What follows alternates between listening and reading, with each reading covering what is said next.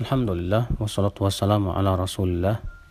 Kita lanjutkan Thariqul Wusul, masih dari kitab Fawaid dari kitab Al-Aql wan Naql. Faedah selanjutnya, dhammus salaf wal a'immah lil kalam wa ahlihi mutanawilun liman istadalla bil adillatil fasidati aw istadalla ala al maqalatil batilati. Celaan salaf dan para ulama terhadap ilmu kalam dan ahlinya itu mencakup kepada orang yang berdalil dengan dalil-dalil yang rusak atau berdalil dengan pendapat-pendapat yang batil. فأما من قال الحق الذي أذن الله فيه حكما ودليلا فهو من أهل العلم والإيمان.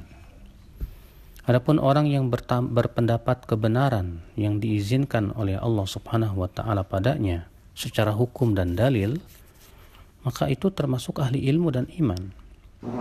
Wallahu yaqulul haqqa wa yahdis sabil.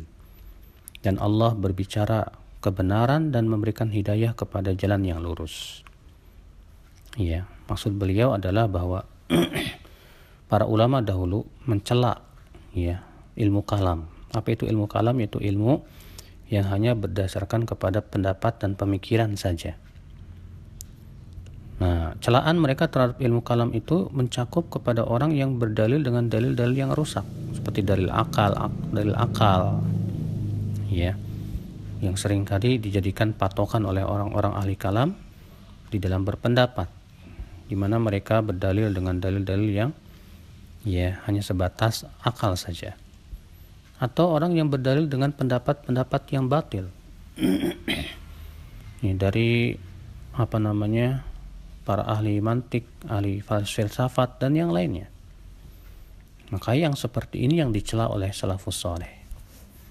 Adapun orang yang berdalil dengan dalil Al-Quran dan hadis dan pemahaman sesuai dengan kaidah-kaidah syariat,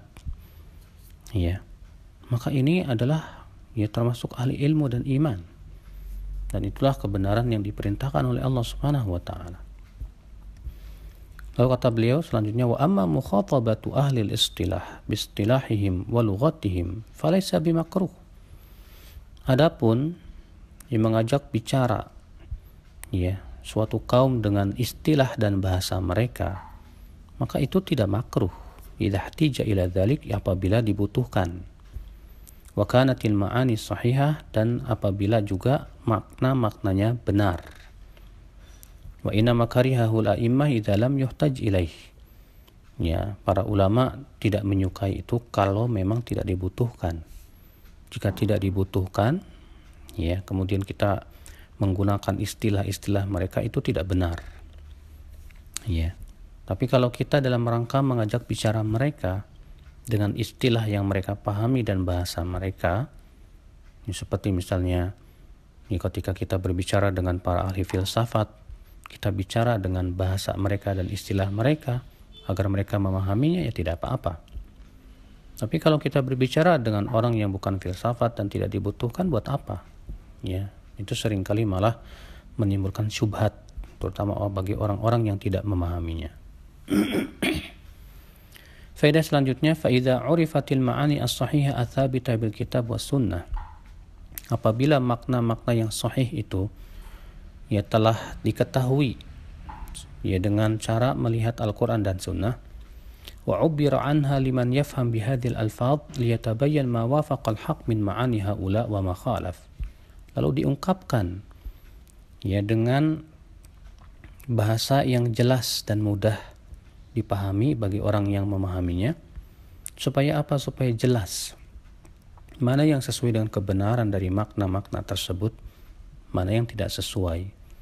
Fahadha azimul manfa'ah, maka ini manfaatnya besar. Maksudnya terkadang kan istilah-istilah dan ungkapan orang-orang ahli kalam dan ahli filsafat itu bersifat global, mengandung makna yang benar dan juga mengandung makna yang tidak benar. Nah, kalau kita kemudian ungkapkan kepada mereka dan kita jelaskan makna yang benar dari makna yang salah, maka ini manfaatnya besar sekali. Wa huwa minal hukm bil kitab bainan nas fi makhtalafu fih. Ini termasuk menghukumi manusia dengan kitabullah, dalam perkara yang mereka perselisihkan. Ya wa nahyul kitab was sunnah an umur minha al-qaul 'ala Allah bighairi ilm wa qaulu ghairil haqq wal jadal bighairi ilm wal jadal fi ayatillah wa tafarruq wal ikhtilaf. Di mana Al-Qur'an dan sunnah melarang dari perkara-perkara seperti misalnya berkata atas Allah dengan tanpa ilmu, atau berucap dengan tanpa kebenaran, atau berdebat dengan tanpa ilmu, atau mendebat ayat-ayat Allah, atau berselisih dan berpecah belah. Semua ini dilarang oleh syariat Islam. Allahu a'lam.